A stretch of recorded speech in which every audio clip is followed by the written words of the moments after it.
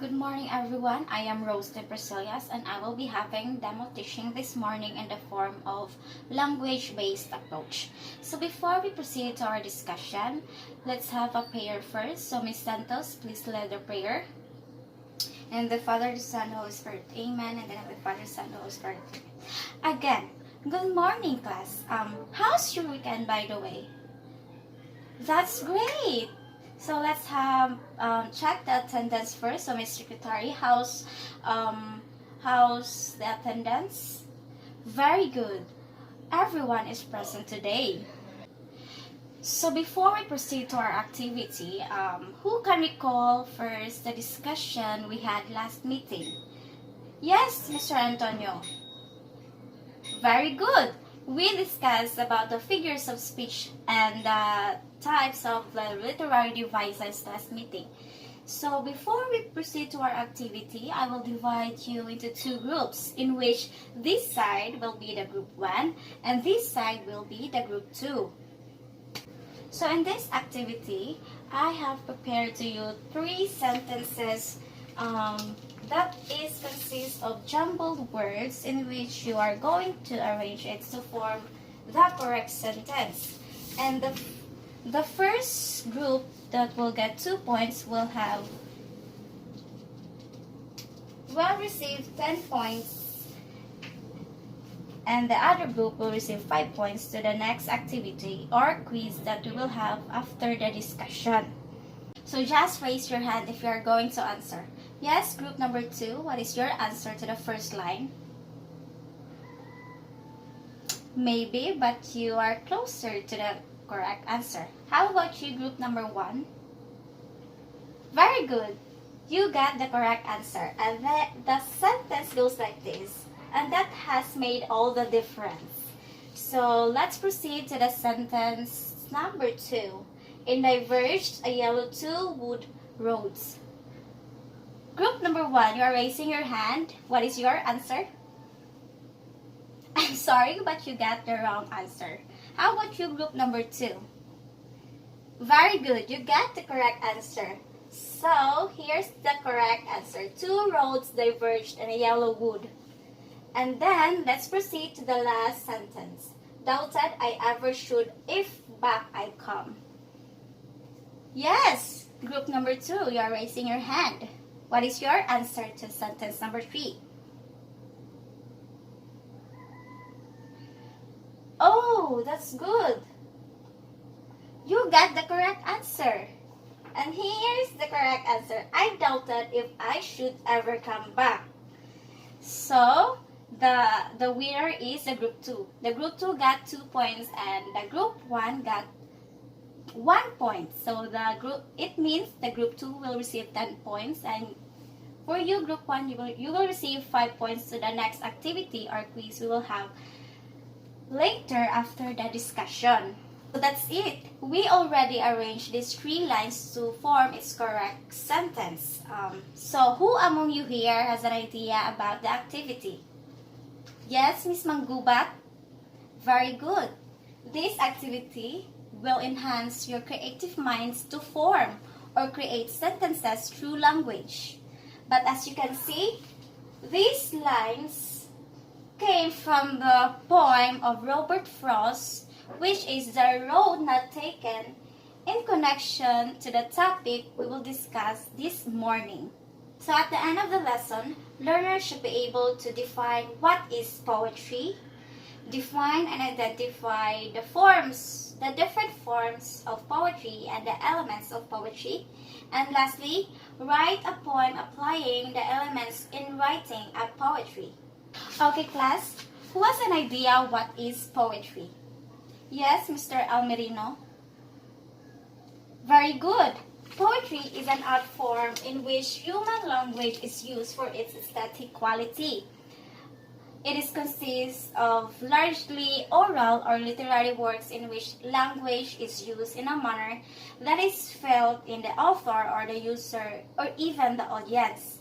Poetry is often created for the need to escape logical as well as the feelings or emotion and the other expressions. Now I have here 3 forms of poetry, which are the lyric poetry,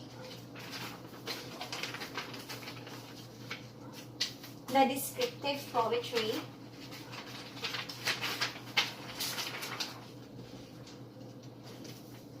and the third one is the narrative poetry. Who can read for me the lyric poetry? Yes, Miss Alisna? Okay. Lyric poetry is a form of poetry wherein speaker in the poem expresses strong feelings or emotions and thoughts. So let's proceed to the next form of poetry, which is the descriptive poetry. Who can read the descriptive poetry to the class? Yes, Miss Santos? Very good. Descriptive poetry is a poem that describes the world that surrounds the speaker. It uses elaborate imagery and adjectives. So in descriptive poetry, the poet or the writer will draw inspiration from everything that is happening around him or her. That includes about the environment, the nature, the political, or even the people around him, like his or her family, friends, or it could be anyone. And this descriptive poetry can be considered as external inspiration, while this lyric poetry can be considered as internal inspiration. So let's go to the last form of poetry, the narrative poetry. Okay, narrative poetry is a type of poetry that tells a story. Its structures resembles the plotline of a story. So this narrative poetry aims to narrate events in a story in a poetic manner. Some examples of the different kind of epic is the Biag or the life of Biag ni Lamang.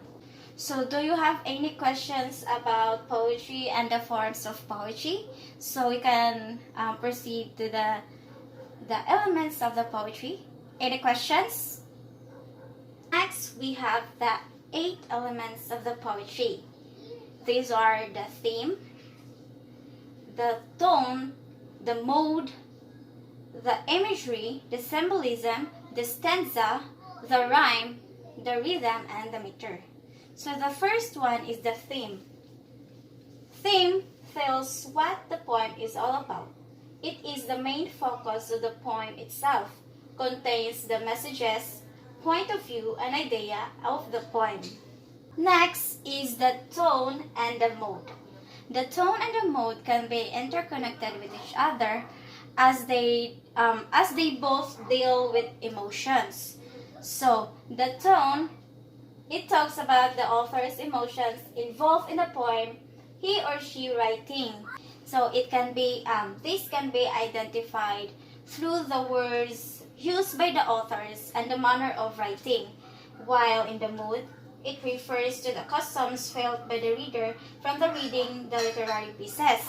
So it is the result of the reader's interaction with the author's tone.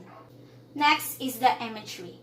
Imagery is the use of figurative words or expression to help readers create a vivid image of what the writer wants them to see, to feel, hear, taste, and smell in his poetry. The next one is symbolism. Who can read to the class symbolism? Yes, Mr. Almerino. Very good. Symbolism is a presentation of a tangible object that actually represents an abstract or intangible concept or idea. In this symbolism, it can be presented to the readers in the form of character, object, strategically placed in a narrative, word or phrase, or even a place. So the next element of poetry is stanza. Stanza is a fixed number of lines of verse forming a single unit of a poem. Usually, all stanzas are made up of equal number of lines in a single poem. Based on the lines in a stanza, there are different assigned names such as a stanza that has 2 lines called couplet, a stanza that has 3 lines is a tercet, And a stanza that has 4 lines is a quatrain, and a stanza that has 5 lines is a sequence. Now, at this point, I have here an example of a stanza from the poem The Road Not Taken by Robert Frost. I shall be telling this with a sign. Somewhere ages and ages hence, 2 roads diverged in a wood, and I took one less traveled by, and that has made all the difference. So as we count the number of lines in this stanza, we can directly identify that this stanza consists of 5 lines, which is called the sequence. Next is rhyme. So who can read rhyme to this class? Yes, Miss Santos? Okay, rhyme is one convention that makes this form of literature recognizable, different from prose and drama. So in rhyme, it is generally achieved by using similar sounding words at the end of the line per stanza.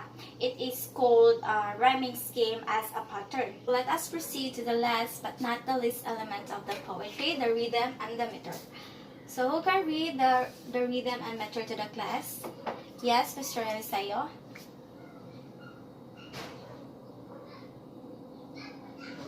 Okay, thank you. So in rhythm and meter, it is basically the pattern in which a poet chooses to sequence the stressed and unstressed syllables in every line of a poem for its oral pattern. So each recurring pattern is individually called a foot. A number of feet can tell us the systematic rhythm of the meter that the poem follows. So in 1 foot, it is called the monometer.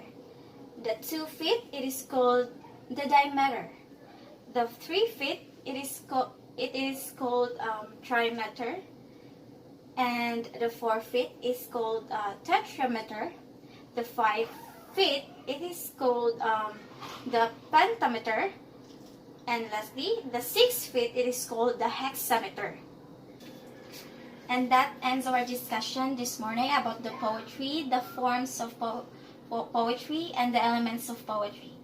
Do you have any questions with regards to our topic this morning?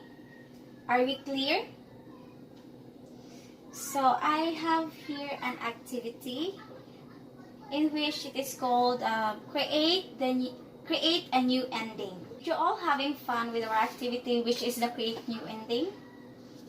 That's great! With that, you are able to create and construct your own sentences with the collaboration of your creative minds. So, are you ready now with our quiz? I already mentioned it before our discussion that we're going to have a quiz. Don't you worry, it's just 5 questions only. Okay? That ends our quiz. Is it right?